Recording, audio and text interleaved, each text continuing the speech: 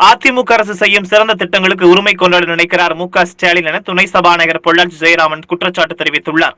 பொள்ளாச்சி அருகே பொன்னாபுரம், புளியம்பட்டி, சந்தை கவுண்டம்பாளையம் உள்ளிட்ட பல்வேறு பகுதிகளில் 20 கோடி செலவில் 218 தடுப்பணைகள் மற்றும் ஜல்சீவன் திட்டத்தின் கீழ் குடிநீர் இணைப்பு திட்டங்களுக்கான பூமி பூஜை விழா நடைபெற்றது. இதில் சட்டப்பேரவை துணை சபாநாயகர் கலந்து கொண்டு பணிகளை தொடங்கி வைத்தார். பின்னர் செய்தியாளர்களுக்கு அளித்த பேட்டியின் போது 20 கோடி செலவில் 218 தடுப்பணைகள் மழைநீரை சேமிக்கும் வகையில் கட்டுவதற்கான நடவடிக்கைகள் எடுக்கப்பட்டுள்ளதாகவும் இதன் மூலம் வீணாகும் மழைநீர் சேகரிக்கப்படும் என்று தெரிவித்தார்.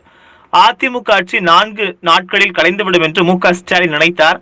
ஆனால் 4 ஆண்டுகளை கடந்து வெற்றிகரமாக பயணத்தை தொடர்வதாகவும் மீண்டும் அடுத்த முறையும் அதிமுக ஆட்சி அமைக்கும் என்றும் இதனால் விரக்தியின் விளிம்பில் உள்ள மு.க.ஸ்டாலின் பொய்யான குற்றச்சாட்டுகளை அரசு மீது கூறி வருகிறார் என்றும் இதை மக்கள் நகைச்சுவையாக தான் பார்க்கிறார்கள் என்றும் தெரிவித்தார்.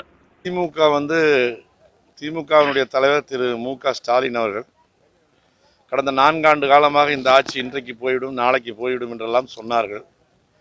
இப்போது முழுமையாக இந்த ஆட்சி தன்னுடைய பயணத்தை வெற்றிகரமாக நிறைவு செய்து மீண்டும் அடுத்த முறையும் அம்மா ஆட்சி எடப்பாடியார் தலைமையிலே மீண்டும் தொடங்க இருக்கிற சூழ்நிலையில் விரக்தியின் விளிம்பிலே இருக்கிற மு.க.ஸ்டாலின் எதையோ சொல்கிறார். அவர் சொல்வதை யாரும் மக்கள் கேட்டுக்கொள்வதே கிடையாது. மக்களுக்கு ஸ்டாலினுடைய பேச்சு ஒரு ஜோக்கருடைய பேச்சு போல் இருக்கிறது, நகைச்சுவையாக இருக்கிறது மக்களுக்கு. ஏன்னா அவர் ஒன்றுமே உருப்படியாக மக்களுக்கு இது வரைக்கும் சொல்லி காலையில் சொல்கிற ஸ்டாண்டை சாயங்காலம் மாற்றிடுவார், சாயங்காலம் சொல்கிறத மறுநாள் காலையில் மாற்றிடுவார். இதுதான் அவருடைய தன்மை. அதிமுக ஆட்சி கொண்டு வருகிற திட்டங்களுக்கெல்லாம், சிறந்த திட்டங்களுக்கெல்லாம் அவர் எப்படியாவது உரிமை கொண்டாட வேண்டும் என்று நினைக்கிறார். 7.5% இடஒதுக்கீட்டில் 400க்கு மேற்பட்ட அரசு பள்ளிகளில் படித்த மாணவிகள் அரசு செலவிலேயே பயன்பெறப் போகிறார்கள் என்று தெரிந்து கொண்டு உடனே திமுக அவர்களுடைய படிப்பு செலவை ஏற்கும் என்று சொல்கிறார். ஏன் இவர் ஆட்சியில் இருந்தப்போ இந்த மாதிரி அரசு பள்ளி மாணவிகளுக்குன்னு ஒரு 7.5% பதில் 10% ஒதுக்கி கொடுத்துருக்கலாமே. அப்போ செய்யாமல் விட்டு இப்போ எடப்பாடியாருடைய மூளையில் உதித்த திட்டத்துக்கு இவர் ஏன் சொந்தம் கொண்டாட பார்க்கிறார்?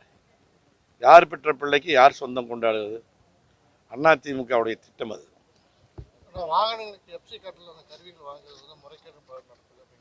அதெல்லாம் ஒரு முறைகேடு நடக்கல. ஸ்டாலின் சொல்கிற ஒரு முறைகேடும் எதுவுமே உருப்படியாக இது வரைக்கும் ப்ரூஃப் ஆனதில்லை.